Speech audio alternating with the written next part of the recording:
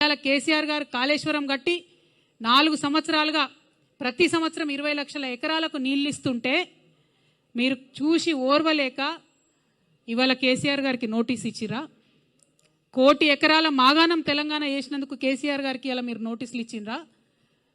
రైతులకు రైతు బీమా పేరుతో ఆదుకున్నందుకు మీరు నోటీసులు ఇచ్చిండ్రా? రైతు బంధు పేరుతో ఆదుకున్నందుకు మీరు నోటీస్ ఇచ్చిండ్రా?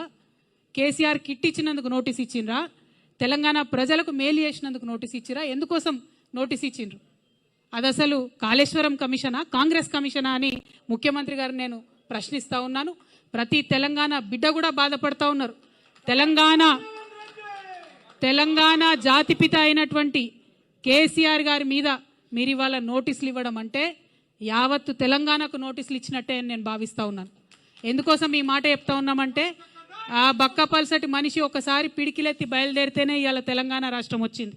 తెలంగాణ రాష్ట్రం వచ్చింది కాబట్టే మీరు ఇవాళ తెలంగాణ రాష్ట్రానికి ముఖ్యమంత్రిగా ఉన్నారు.